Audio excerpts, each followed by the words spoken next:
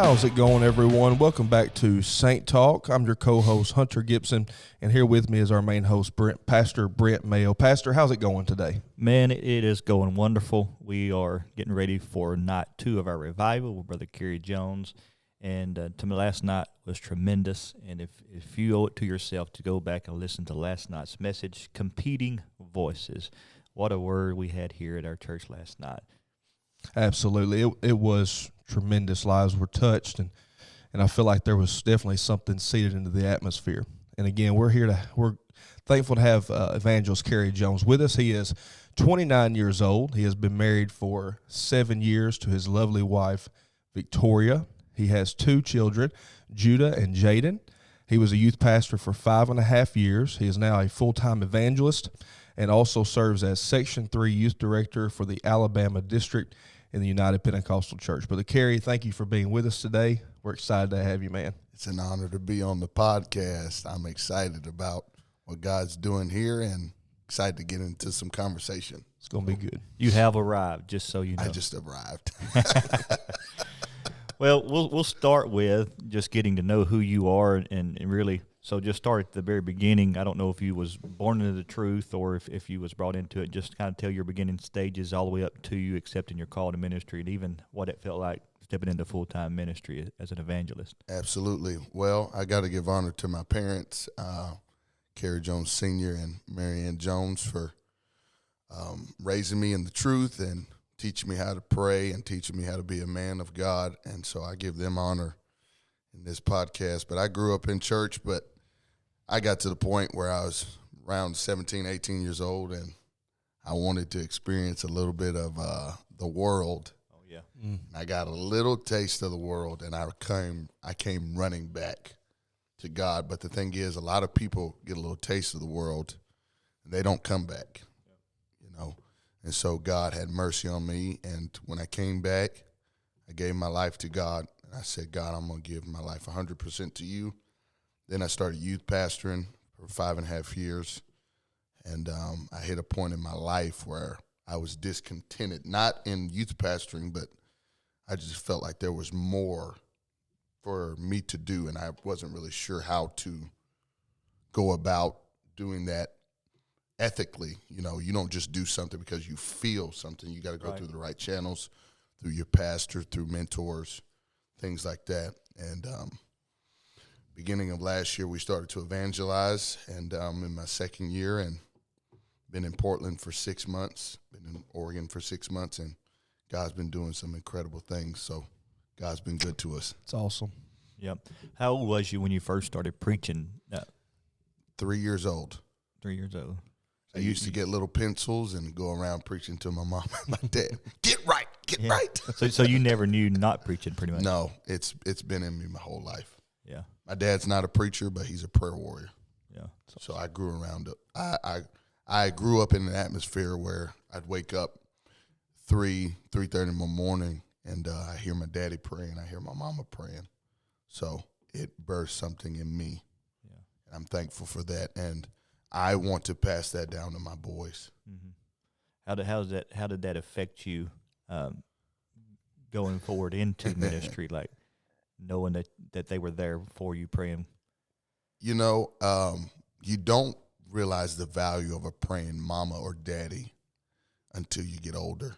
Mm-hmm. You know, you don't really value those things. Like there's an Instagram video of a man, he's laying down in bed, and his mom comes and lays hands on him, and she's speaking in tongues, praying over him, and it's like Christian kids, what they deal with, and it's like, I know it's funny and it's a good little video, but literally that was my life growing up. 2:00 in the morning, I'd feel hands on my chest, and it's my mama crying over me, even when I was in my backslidden state. So if it wasn't for my mom and my dad, I would not be what I am today. Mm-hmm. So God's been good to me. Yeah. I can remember coming in late at night when I'm in my teenage years, you know, probably up midnight or something like that, Mom being there praying. And I knew it was for me. Yeah, you know?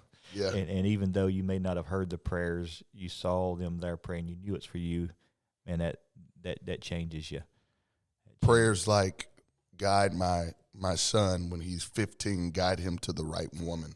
Right. The the woman that he's supposed to marry. It's prayers like that Yeah. you know, you don't really, like 15 years old, you're like, oh, I know I'm going to get married, but Right. that's years down the road. But, you know, God orchestrates everything, and thankful for praying parents. If you have praying parents, thank God every day for praying parents. Like I said, prayer is so vital within the home. I've said it multiple times. You know, at these conferences and youth conventions, youth camps, I've felt the pull to ministry, felt the pull, the call to preach, but it was in my home. Yep. Where I felt God speak to my spirit. Yep. And say, hey, this is what I want you to do. It was in a home that was cultivated with prayer. Let me say this. I know we're on podcast and we have, you know, questions have to be asked, but let me say this for any young person that be listening. You cannot sustain a walk with God at conferences. That's right. You can't live from conference to conference or camp to camp. The way you sustain a walk with God is in your home. Ooh, I feel it's good. Yes, sir. Yeah, I mean, you gotta, even if it's having a designated room in your house that is a prayer room, a prayer closet, where you say, I'm not bringing my phone in here. I'm not bringing an iPad in here where I can get distracted. No, this is a designated place, you know, where I'm going to pray. I think that's very vital for this generation, is to have a place for prayer. So Well, I can take you to my place back at 2660 Crawford School Road, you know, 10, 11, 12 years old, and developing a prayer life. And I feel it even now, because I can remember the moments that God met me on the top of my folded pants. And I can remember looking down and seeing tear stains on my pants, not boasting on me, but it was that God moment, that God met me there. Yes. That shaped me into who I am today. Burning bush experiences. Yes. Yep. And like you said, the youth camps and the special services and the conferences that you go to, they're good, and I thank God for them, but that should only facilitate those moments, you know. Yeah, that's a corporate thing, but God wants individual. Jacob wrestled with the angel one-on-one. Yeah. He was alone. And that's what this generation struggles with, is just getting alone with God. I think we're losing the ability to be alone with him because we don't know how to engage his presence. We know how to engage him in conferences because of the atmosphere is set. But when you have to create the atmosphere. Well, God won't get intimate unless you're alone. That's right. Yes. That's, you know, without, you know, being too graphic, you know, he's not going to pull away the layers in front of a crowd. Reveal himself. Right. Yep. Absolutely. And so that's key. That's key to it. Of course, another key component in ministry is that pastoral authority. Absolutely. And your submission to it. You can have a pastor, you can say that's my pastor, but unless you allow him to have that voice, and you're a big proponent of that, and it comes out in your messages and in your just day-to-day conversation. So let's talk about that. How did that shape your life? I know praying parents did, but yeah, funny story. And if my pastor watches this, he'll attest to this. So when me and my wife first got married, we were trying to figure out what ministry looked like for us. What kind of couple are we going to be? Are we going to be the couple that, oh, they're fashionable, they got the polo shirts on? Speaking of which, Levi, my wife bought this shirt for me. Hey, baby, I love you. Brownie points. Anyways, so we're trying to figure out what kind of couple we'd be known as, you know? And for all the young marrieds, listen, do not waste your money trying to be something you're not. It's good. I'd waste my money trying to buy all these new suits and these clothes to fit into a group. And finally we got to the point where God started opening doors for us to travel. We were traveling so much.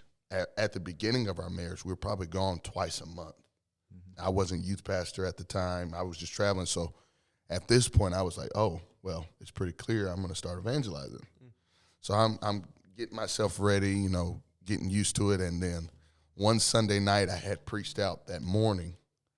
And one of my buddies, Adarius, I love you, bub, he said, has Pastor talked to you? And I said, about what? And he's like, oh, don't worry. He's going to talk to you after service tonight. And I'm like, okay, whatever. So in the service, pastor looks at me. He goes, and I was like, uh-oh. So I sit on the platform. He's looking across from me. He says, you're going to be the youth pastor, and I'm not giving you an option. It just took me off guard because, the direction of where I was going was like, oh, this is definitely. You had your mind made up. Yeah, evangelizing. And he says, no, you're going to youth pastor. And at that moment, I could have been full of myself and say, oh, well, this is where it's going. I'm going to go my own way. But I realized, okay, man of God says he needs me to be youth pastor. I'll be youth pastor. So 5.5 years, I've given myself to what my pastor told me to do. Mm-hmm. When it could have been easy to just, this is where it's leading me. I think I should go full time. And if I would not have listened to my pastor, there are things in my ministry that I have now because I was submitted to him. Yeah, absolutely. And, I have learned how to engage young people in services because I was a youth pastor for 5.5 years. And so many people I have told that story to, and they said, wow, that's bold of your pastor. And then I thought, I kind of look at him and I said, this man watches over my soul. Absolutely. My family's soul. He saw things that you didn't. Exactly. He sees things from a different perspective than I did. Mm-hmm. I wasn't ready to evangelize at that point. Mm-hmm. And so God was just saying, okay, I've got somewhere I want to take you, but first, let me see if you can submit yourself. Yeah. And I would just venture out on a limb and say that he's probably one of your biggest supporters and fans today. Yes, absolutely. It's not that he didn't want you to evangelize. Yeah. Yeah. It's one of those things that I think if we're not careful, if we're not careful, we'll lose the voice of the elders in our lives because we tend to get advice from people our age. Yeah. Instead of people that have been there, they've done it. They may not be the conference preacher that everybody seeks for, but there's something about having a pastor that prays and knows. He may never preach a conference, but he is in tune with what God has for your life. Mm-hmm. So be careful when you seek advice and you won't get advice from your own pastor. Why is it that, and I don't want to throw all young people like under this bus of this is how all young people are, because I know there's several young people that are submitted and to their pastor or whatever, but how come is it that it seems this generation is seemingly chasing after that one that has a spotlight, has the Instagram reels, has all that stuff, and they want to submit? It's okay, they don't care to submit themselves under that, but they don't want to because their pastor's not well known or too old. Or well, I think, and Hunter, you can say something to this too, because you work with young people, but I think one of the reasons why is because it's a quick step to fame. Let me call so-and-so and get their advice, which I'm not saying you shouldn't have mentors or voices in your life, but when you call them more than you call your pastor, then I think there's an issue with that. Yeah, it's to what you're saying, it's that, we kind of joke about it sometimes as preachers or even as a pastor. I've heard pastors say it, and Pastor Mayo said it before, we can preach all month long on this, this, and this, but yet then the evangelist comes in and says the exact same thing. But it's as if, and I feel this way, we sometimes disvalue the consistent thing that's there with us the entire time. And just because this unknown person comes in and says, it just makes it so much more than what it was before, when really, if we would ever learn to get connected to that consistent voice in our life, because they know us better than anybody else. Yep. It's kind of like a ticking in your truck. Like you get used to it because it's your truck after a while. Oh, that's somebody gets in there like, man, what's that noise? Oh, that. Yeah, it's done that ever since I've had it. It becomes where you don't even hear it anymore. That's right. And it's sad that we're coming this way. Yeah, and we've got to be careful, even, evangelists, people that travel, you got to be careful when you're meeting all these new people and getting in contact with people that are big in Pentecost that you're not careful, you'll allow those voices to take the place of your pastor's voice. Yeah. And just knowing, just keeping that constant connection with your man of God, I think is key. Even if it's just a text message, hey, praying for you today, love you. If you need anything, call me.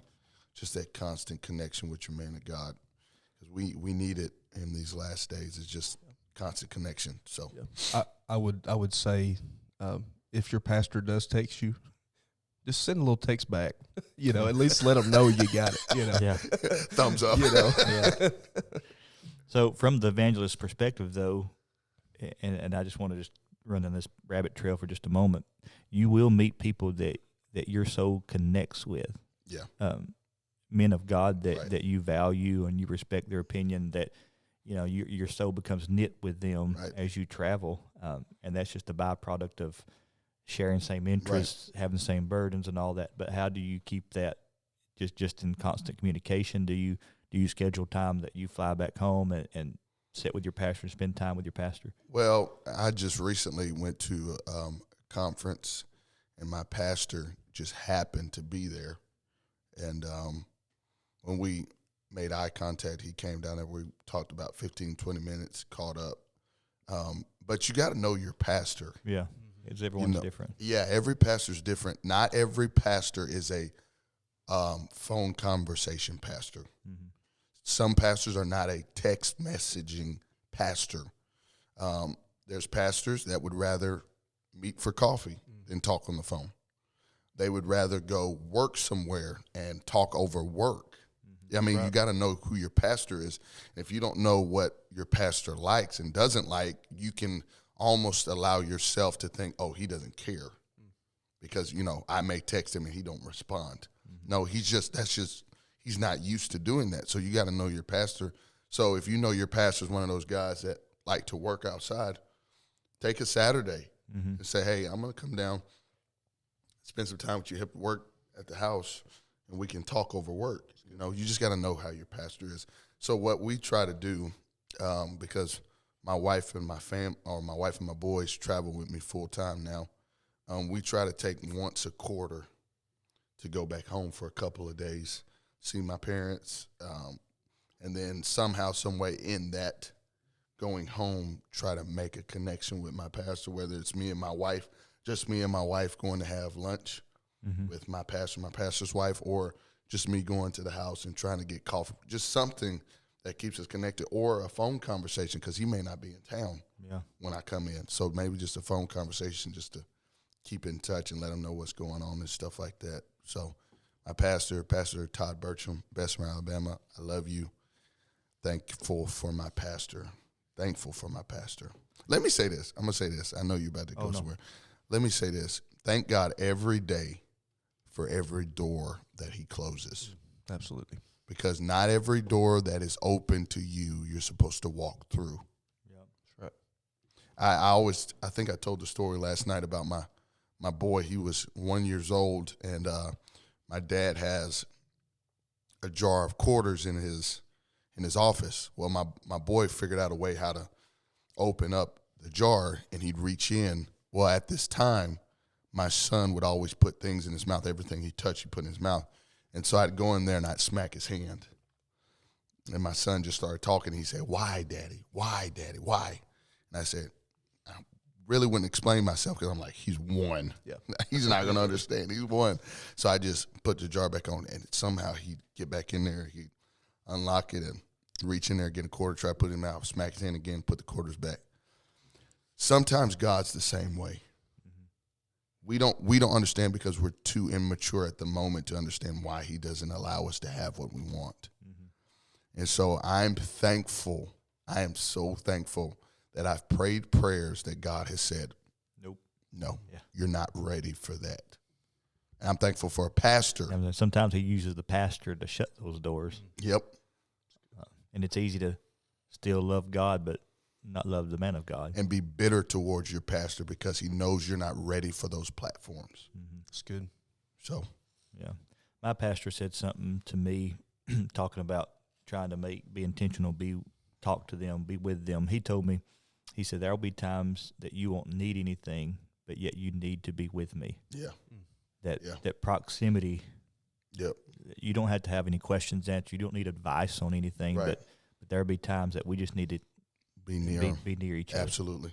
And so I believe that's important as well. I think you can it strengthens you just to be around your shepherd, It does. So I agree. So moving into your style of preaching and ministry, everybody has their style. Yeah. Right. And sometimes others around you that are listening to you can describe your style better than what you can. But how would you? I mean, we should all know our strengths and weaknesses. How would you describe how you preach? What's your style of ministry? So growing up, there was one minister that it didn't matter what he preached, but every time he preached, it didn't matter what was going on. He had my focus, he had my attention, and that was Sam Emery. Yeah. Every time Sam Emery preached, it was like I didn't care what was going on, who was telling jokes. I don't care if I was sitting around a guy that was a class clown. It didn't matter. He preached in a way that had me engaged the whole service. And the way that I like to preach, there are some services that are different. There are some services that are extremely serious. Mm-hmm. But then again, there are some services where, in order to get to the individual or the listener, you have to throw some humor into it just to keep people engaged. And one thing that I learned is that sometimes adding humor to your message breaks down barriers for people. And so the best way I'd like to describe it is I like to tell stories. I like to picture, a story I'm preaching about, like the story last night of Herodias and Herod. I'm painting a picture like when he came back after John the Baptist said it's unlawful for you to be. I'm painting a picture of how did he tell Herodias? Yeah. How did they go about this whole, and I'm picturing this, and you got to understand that you got to go on a journey with these people. They're with you, but you got to take them with you. So it's like throwing a little bit of humor in it, making it a little bit funny so that it's almost like they're at the edge of their seat while they're listening to you, like, oh, wow, how did she probably handle that? Yeah. The Bible says she had a quarrel. Yeah, she had a quarrel with the preacher. What was her conversation? That's how she felt about it. What was her conversation like? So I just like to think, when I read the Bible, seriously, my wife, when she watches this, she'll be like, Kerry, I have to picture it. So I'll literally sit there, I'll read a verse, and I'll picture it. And I'm thinking, what was Herod's response when he said, it is unlawful for you to be with this woman? And I'll sit there and I'll close my eyes. I know it's childish, but I try to picture this coming from a guy that drinks Kool-Aid or requests Kool-Aid. Yeah, Kool-Aid in the evangelist quarters. Kool-Aid and Kit Kats. Speaking of childish. We had some Capri Suns and they were like, let's just leave the Capri Suns. I love it. And Skittles, that's my jam. And so I'll just sit there and I'll have my Bible open. I'll try to picture it. And I'm like, man, I wonder if he was upset. I wonder if he was embarrassed when it was said. And it's just, all of that goes into my message. I just try to picture it and bring it in so everybody's on the journey with me. Yeah. I'm not leaving them hanging. So that's how I like to go about it. Yeah. I think it was Scott Graham says, I want you smiling so that when I punch you in the mouth, your lips don't get bloody. Oh, wow. Oh, that's right. good. That's it. Scott Graham is a good one, too. Yeah. Yes. He takes you on a journey. He's a storyteller. Yeah. He's really good. Larry Booker as well. They're amazing preachers. Yeah, you do have some humor, and that is what connects, especially the younger generation. My kids adore you. They're excited. Lyric, we love Lyric in Memphis. Yeah. Amazing children. Yeah, even our youth group, we've had Brother Kerry here to just teach to our young people, and of course had a great move of God. But it's they felt connected to him. It helps preachers whenever they don't feel like they're just too far out of reach. Yeah, I'm gonna say this: when I was growing up. And if I get emotional, you just have to know me. Because when I was a teenager, I would give anything for a preacher to give me attention. Give me 5 minutes. Yeah. After you get done preaching, let me get your autograph, sign my Bible. Maybe even, can I have your number? Call you sometimes. I know a lot of people don't give their number. I understand that. As a 15-year-old struggling with identity, and I'd see Rashidi Collins, Omar Jolly, these guys preach, and, I'm just like, man, I want to be like that one day. Mm-hmm. And I'm not going to say who the preacher was, but there was a particular preacher that came and preached a revival at my home church, and he'd preach, and he'd go back to to the pastor's office. He wouldn't engage with the congregation. Mm-hmm. And one time I tried to approach him, and he kind of, I got to go back to office. And I'll never forget the prayer that I prayed when I came back to God and I gave my life to God. I said, God, I will never be a preacher that cannot be approached. Yeah, that's good. The kids literally, they want to know, do you care about me outside of that pulpit? Yeah. Well, it causes them to listen while you're in the pulpit. Absolutely. Right. There's a connection. You connected with them outside of the pulpit so that when you're in the pulpit, they're like, okay, well, I know he actually cares about me outside of the four walls of the church. That's right. Absolutely. Yeah, that is true. From the evangelist perspective, when you travel around, you go to these different churches, and I know there's spirits, and you can tap into the Spirit and flow with the Spirit, and I appreciate that. That comes from a prayer life and being dedicated and sensitive to the God, what He has for that church. But what are some telltale signs when you arrive at a church that you know they're either ready and primed for revival, or you're like, man, we're gonna have a tough one this week? What's the prayer? I'm currently at a church right now. Been in revival for about 8 weeks in McMinnville, Oregon. They have people coming to pray almost all hours of the day at the church. Literally, probably 20 hours out of 24 hours, somebody's at the church praying. So it's little things like that where the people have caught the vision of the pastor. Yeah. They're not, if the pastor's gone, they're still going to be at church. Yeah. They're primed, they're ready, they're teaching Bible studies. The church I'm at currently, they've got, like, I could have the number wrong, but 10 to 15 Bible studies in-house going on. It's awesome. Where they're having like 7 to 10 people. But the problem is that people don't want to go to a building. They'll come to your house before they go to your church. That's right. Mm-hmm. And so they're doing all these Bible studies. So prayer, outreach, Bible studies, like they're trying to bring babies into the church. They don't have to be constantly propped up, like, oh, come on, let's pray. Come on, let's really reach it. They're already connected before they get to the church because of hours and hours of prayer during the week. So I think a telltale sign is that we're doing things throughout the week that are preparing us for the days that we're having service. Right. Constant Bible studies, constant prayer, constant fasting, consecration and dedication. I think that's a sign.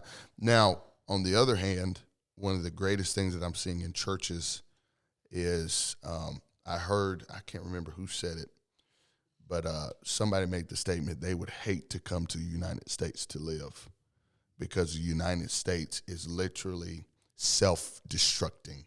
Mm-hmm. That we're literally coming against one another. And I'm seeing that in churches where, because we don't like somebody, we don't like the fact that this person is being used on the platform all the time. And, there's always issues. If you got that in the church, it may be something as little as, oh, I just don't care for them. Mm-hmm. That could be something that stops God from what He wants to do in your church. Something that little. Yeah. Where it seems little to us, but it's big in God's eyes. Unity's a big thing. It is. It's good. And so when I go somewhere and I feel that, I'm like, really? Is it really worth not having what God has for you to keep this bitterness towards that person? It's not worth it. It's got to be about the kingdom. The kingdom. Seek ye first the kingdom. Yeah. If every one of us could get the kingdom mentality. Kingdom principles. Yeah. It's not about you. Yeah. I heard a story about Elder Mangan. Somebody wrote him, I think it was like $1 million check when he was younger pastor at POA. And they asked him, they said, what are you going to do with this $1 million check? And he said, I'm giving it to missions. Yeah. Not about it. Yeah. normally you get $1 million check. You're like, man, I'm set. I ain't got to work no more.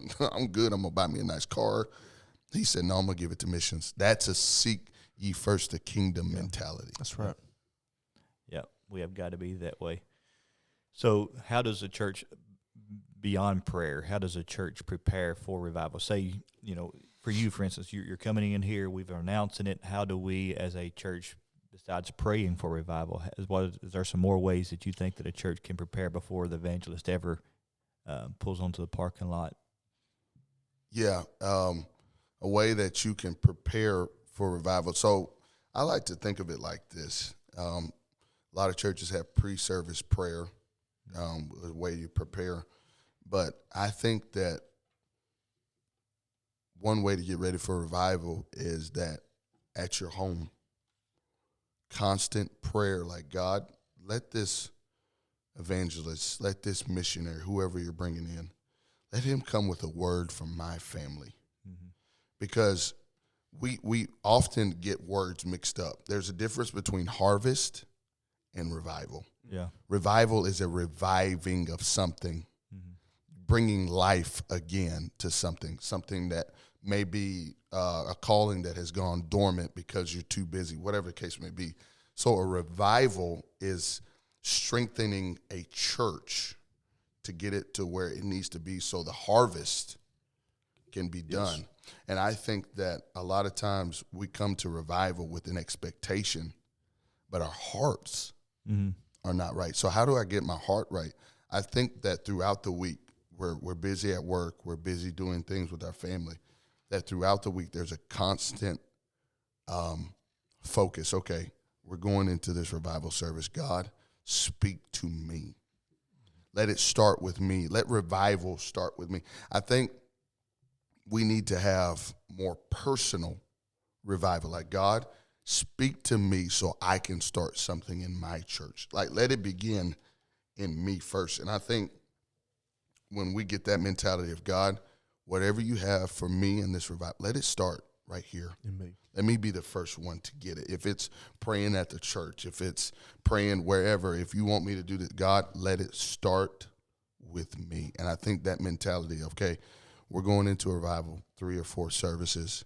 Let this not just be another 3 or 4 services. Mm-hmm. Let it be something that breaks something in me, that I can start a fire that spreads throughout all of Decaturville. Right. Like I said, it's revival. It's more than just a series of services. Yeah. But at the very root of it, it's revive. So something has to die in order for something to be revived out of that very thing. And so, what you're saying, allowing that to start in me, so that Lord, let the spirit of revival be in me. Yeah. Because when 2 or 3 are gathered there, will He be in the midst? It's a thing that it's inwardly. Before it can show outwardly. And also revival, it exposes complacency. Yeah, it does. It does, absolutely. Yeah. It exposes the ones that are just Sunday only, And it's one of those things that you got to ask yourself, revival, harvest. I'm going to combine those together for just a moment. Those 2 avenues, it takes work. Yes. Yeah. Revival takes work where God's calling you higher. God's calling you to a different place. And a lot of times those places that God is calling you to, those different dimensions, demands more of you to give to God, less of me and more of you. So there's sometimes God's like, okay, you want to go deeper? Wake up early to pray. Yeah. Before you go to work, wake up early to pray. And it's like, it's demanding that you get outside of the norm. Mm-hmm. Right. And so how do you keep revival from not just being services and a lifestyle? Yeah. It's tough because we oftentimes just say, you even said at the end of the service, let this not just be a message that's preached, but let it be something that you take and you draw. Mm-hmm. Yeah. So it can't just be a message. It's got to be something that we take in. We can't be hearers only, but doers of the word. Yeah. Well, even in a message, we're all guilty of it. Like, man, he's preaching right to them. It's not me.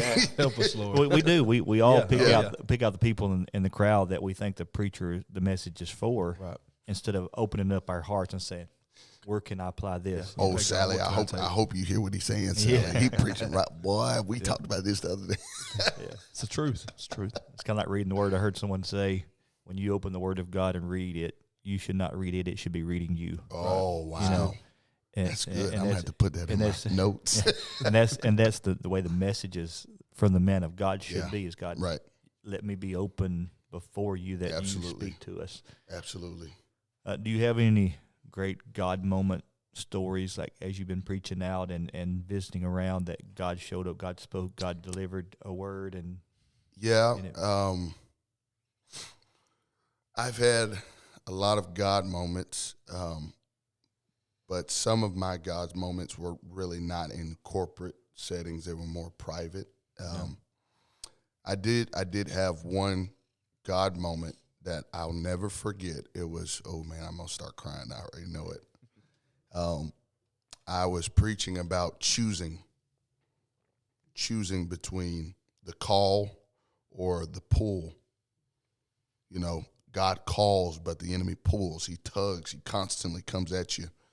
And I started talking about that. Well, there was a guy in that service that I was preaching. I was young, just got married. And I had spent the whole time in between. There was a Sunday morning, Sunday night service. I had felt to spend the whole time in between those services to pray. It wasn't an elegant message. It wasn't all put together, but I know I had a word. Mm-hmm. So I go in there and I preach this, and it was literally like at the end of the message, I felt like angels walked into the room. I can't explain it. All I just felt, it was like it just came into the room. And it wasn't just me. Everybody in the audience was like looking around like, what just came in here? Mm-hmm. And all of a sudden, the very person I was preaching to, it didn't even take me calling an altar call. The guy came out of his seat. Now, nobody called an altar call. It's like the altar called him. Mm-hmm.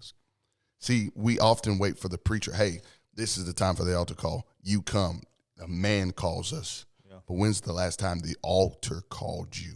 Yeah. And so this man responds, and the whole church goes crazy. Well, he was a backslidden preacher. Yeah. And it was one of those God moments, like it was God showing me, if you can dedicate yourself to prayer, these are the things you can see. Yeah. And it literally put me on my face to the point where I was like, God, I don't want to just preach messages. Right. Yeah. I want to be used. And that was a God moment for me being young, because it was like God showing me, like, this is the key, is prayer. Mm-hmm. Consecration, dedication to the things of God. We want to preach messages. There's nothing wrong with having masterpiece message. There's nothing wrong with that. Right. But sometimes we put so much of us in a message. They're overrated, really. Yeah. That God's like, is there any room? Yeah. Is there any room for me? Right, yeah. I'm not going to share my glory with anybody. And so God's like, okay, good message, but is there a demonstration afterwards? Yeah. And I think if we're not careful, we want to preach conference messages every time we go to the pulpit, instead of seeking for a demonstration of the Spirit. Well, to have the Monday change, you can't have just a masterpiece message, because that's going to end. Yep. As soon as the sermon's done. Yeah. Yep. You can't stay on the mountaintop. You got to go back down the valley. Yep. You got to learn how to live. We're in this world, but we're not of this world. Can you live on a Monday around people that curse and you keep your integrity? Mm-hmm. I mean, a lot of times you're not going to get that at a conference. You're going to get that at home, where you learn how to pray for yourself and learn how to break past your. Ooh, can I say this real quick? God has given me the privilege to do a lot of youth things in the last year or so, 2 years. And I'm watching something that I pray there's some young people that watch this. We got to be careful that we're not praying to emotion. Right. And not trying to pray through. Okay. I have watched in altar calls all over the country where kids will come up and pray at the altar. They'll pray to tears. And then they stop. That's not a breakthrough. No.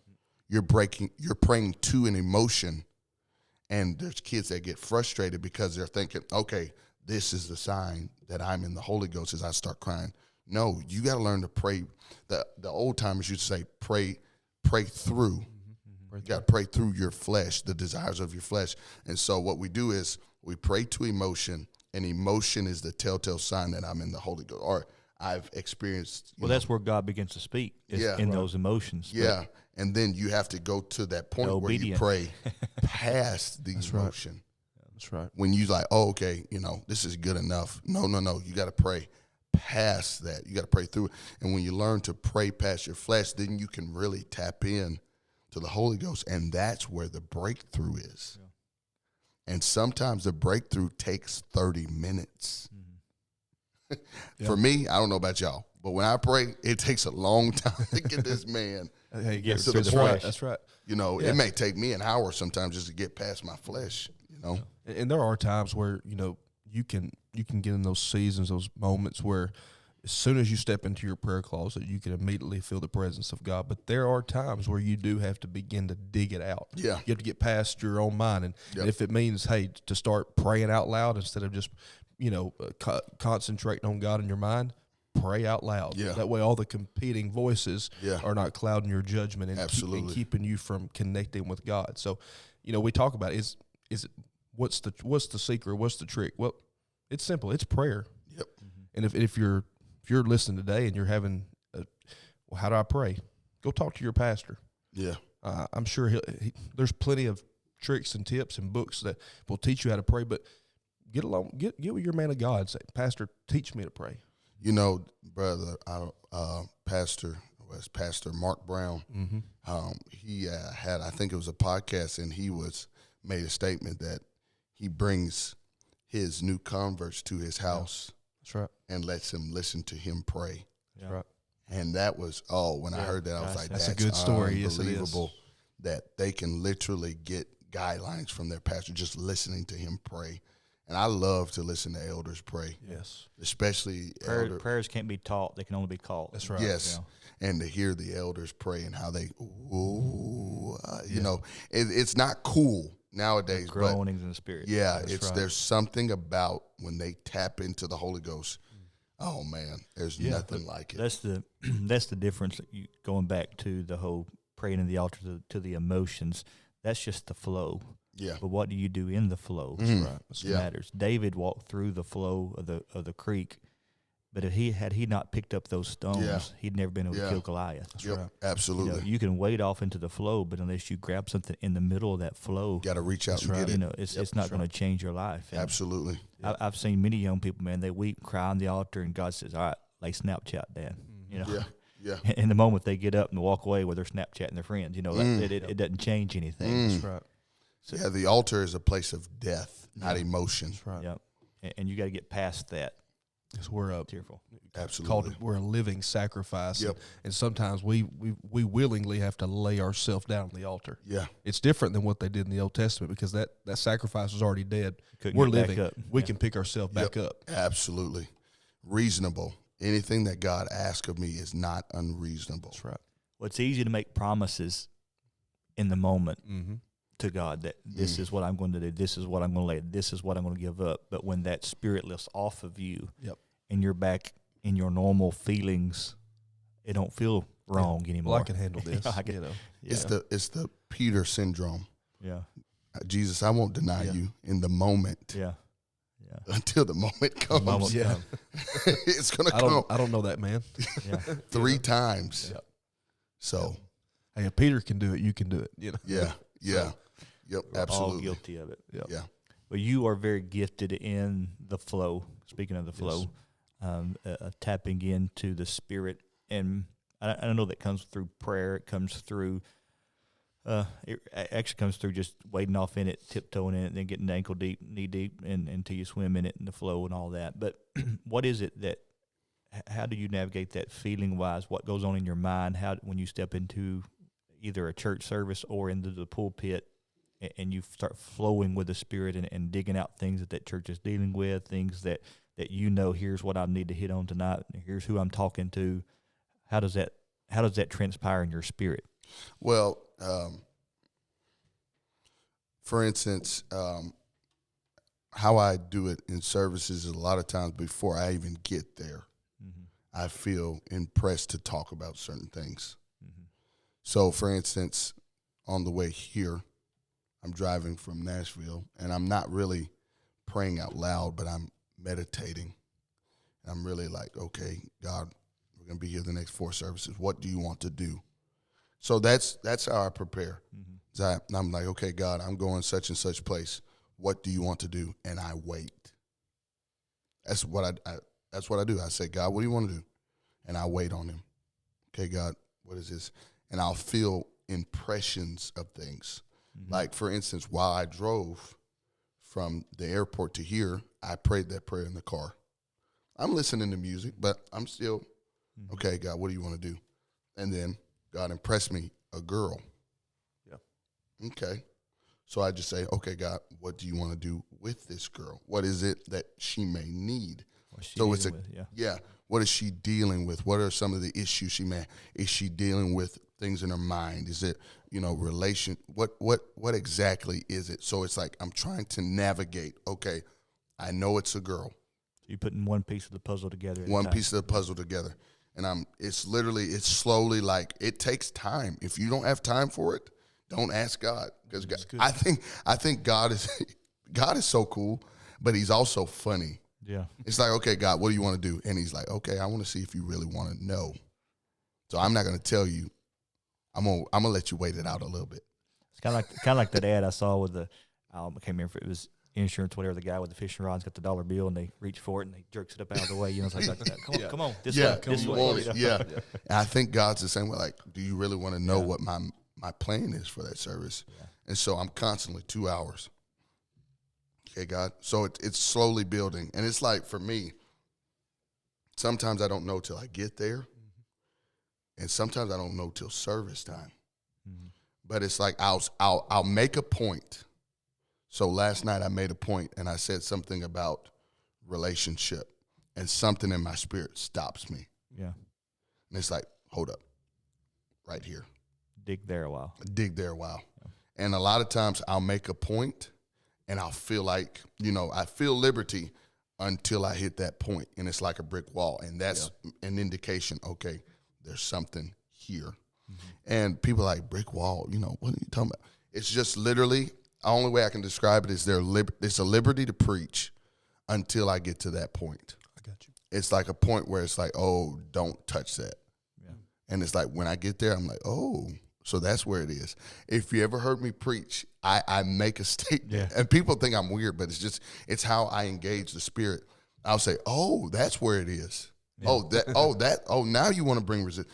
It's me literally acknowledging that lack of liberty there, and so that's how I operate. But a lot of times, knowing how to navigate is just learning how to wait, to linger.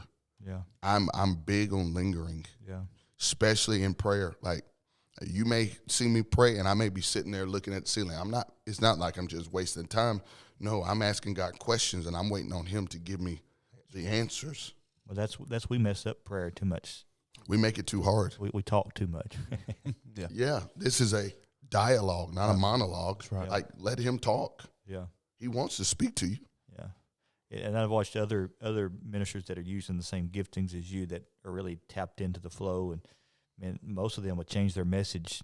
They'll send you something just to be sending it to you for the screens, and stuff, but then they'll shift it 5 minutes before they take the pulpit, and now this is what I'm preaching. Or I've watched them even get up there on the pulpit with 2 messages.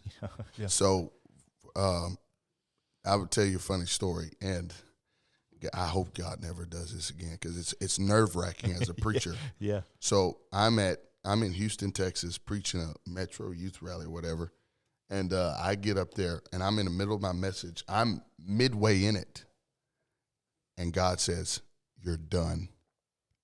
And so at this point, I say, let's everybody lift your hands. let's pray right now. Please. God help. Where's the prayer warriors? Yeah, somebody needs to intercede. And I'm like, I put my mic down. I said, and I'm looking around. I'm like, God. He said, "You're done." I'm saying, God, I'm not even nowhere near the end of my message right now. Like, he said, "You're done." And I said, okay. And then as soon as I said, okay, God, I closed my Bible, and it's like God revealed to me. And so there was a girl there that was suicidal, that had literally contemplated suicide before service. And so I started talking about suicide. And in the middle of the service, bro, a girl gets up and starts screaming. And then after service, 6 people get the Holy Ghost. And God speaks to me and said, you wanted to finish your message when there was somebody in the house that was suicidal. When he wanted to finish his. When he wanted, he had something he wanted to say. Yeah, so good. So good. And so it's like, are we going to put, God, I don't want to put you in a box because I feel like I have to get to this good point of my message. And God's saying, nope, there's a girl over there to your right that's suicidal that you're supposed to minister to, that your message is not ministering to. Mm-hmm. And so that's what I think that's where we're supposed to be at, where we don't put God in a box. Yeah. I think I've done it as a young minister. I preached past where God wanted. Absolutely. Yeah. Right.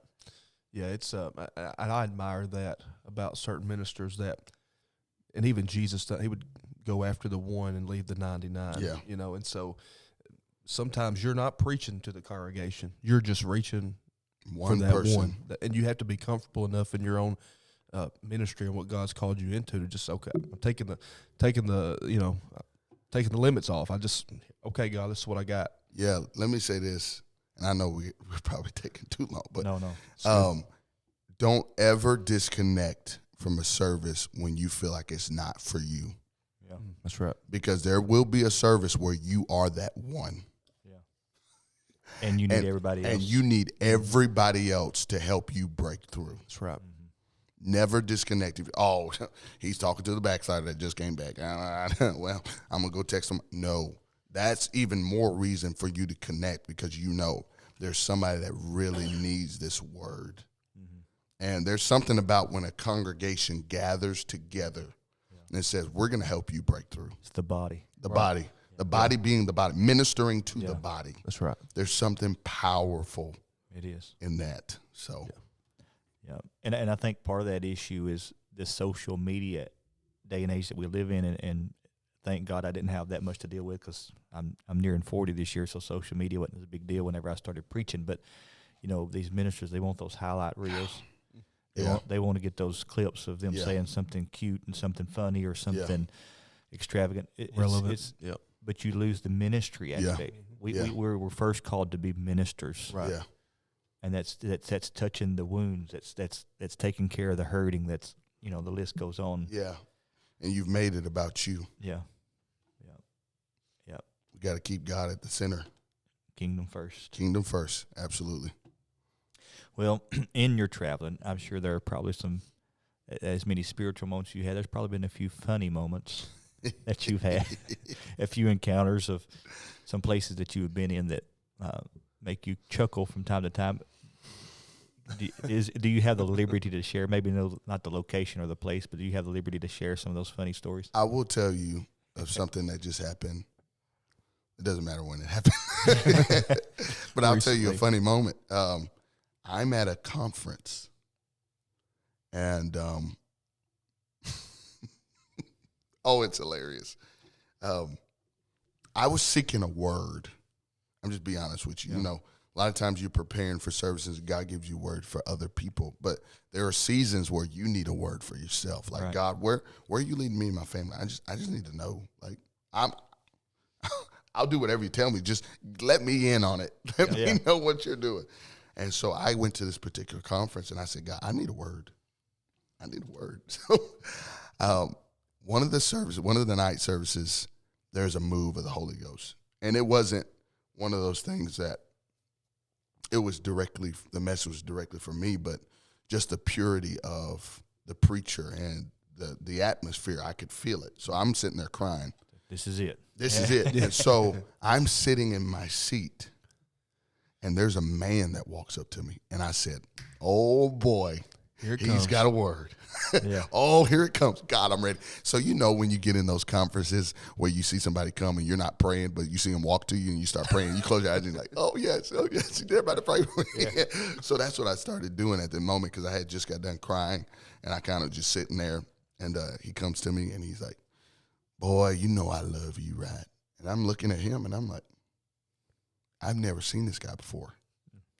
So I'm a little confused. And I'm like, I'm literally thinking in my head, God, speak through him.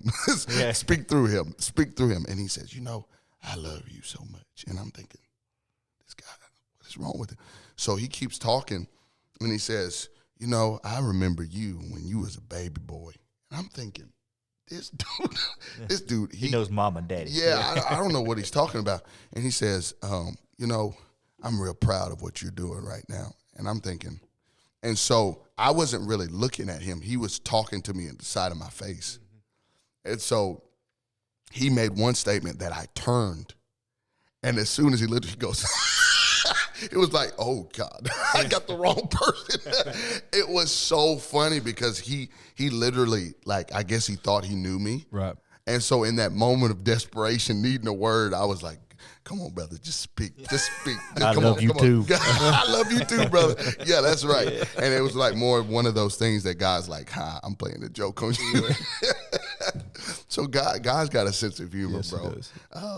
But that was, you just had to been there. And knowing where my mindset was, like, oh, this is it. He's the one. And this dude, he literally thought I was somebody else. And so the next time I saw him again, and he had like he didn't know me. He's like, oh, yeah, what's your name? I was like, you just talked to me last night. We had an intimate moment together. You forgot about last night? You forgot about us telling each other we loved you?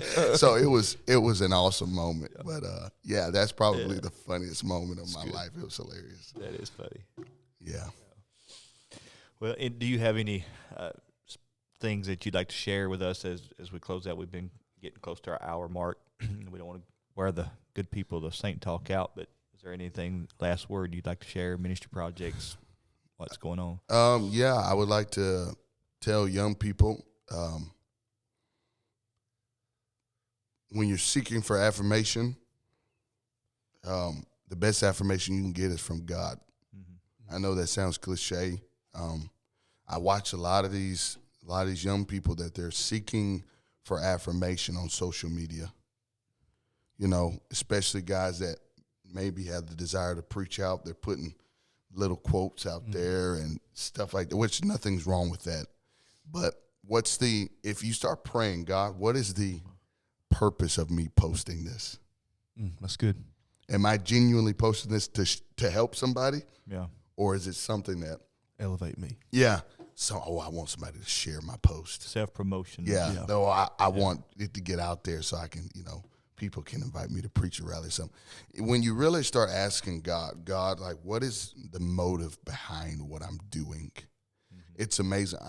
Even me, I'm doing this now because as God is opening doors, it's easy to get caught up in a cycle of, I want to post just to post. Mm-hmm. And it's amazing. I have written statuses on my Facebook that I've asked that question, God, why am I posting this? Yeah. And God's like, you don't need to. That's self-promoting. And it's like, delete. Mm-hmm. Yeah.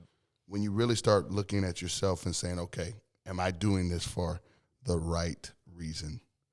And when you're doing it for the right reason and you're not doing it for the right reason. So let God be your affirmation. And when you seek him secretly, he will reward you publicly. Mm-hmm. There's something about getting into a secret place with God that he'll take care of it. So just work in silence, and God will do the rest. Yeah, I believe it. I believe Moses on the mountain, face to face with God. He comes down the mountain. People saw glow. That's right. He didn't have to say, hey, I just met with God, everybody. Yep. No, they knew it. After David was anointed, he went back to the field. Yeah.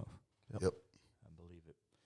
Well, great word today, and we're excited about service tonight. I'm excited. We're honored to call you friend. Thank you.